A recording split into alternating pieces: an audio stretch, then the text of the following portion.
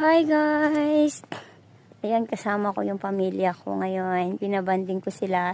Today guys is wala na naman tayong pasok. So, sinama ko na naman sila dito guys sa simbahan guys para makapag-pray.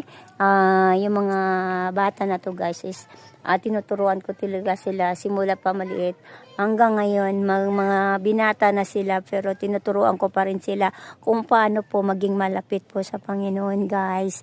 Ayan, nagsisimba po kami galing and then masyal konti. Ayan po yung view guys kung saan ko sila pinasyal. Yan.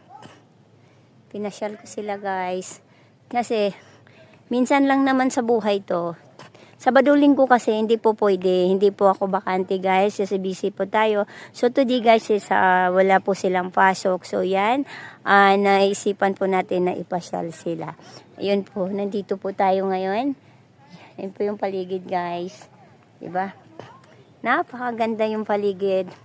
Pag ito naman talaga yung pagkagising mo or pasyalan mo. Tanggal yung mga stress natin sa buhay. Diba?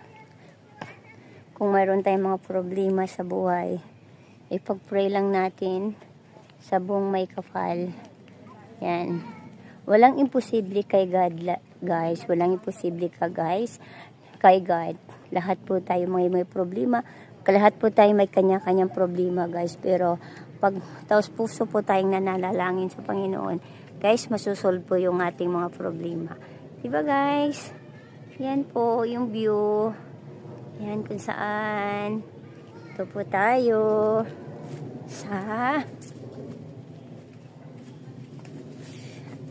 Pink Sister guys. Thank you guys. Yan po yung video for today kung saan tinasyal ko yung pamilya ko. Banding-banding muna. Kasi guys walang pasok.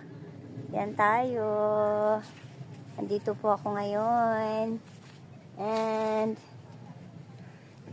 yan kung saan sama ko guys oh. Diba?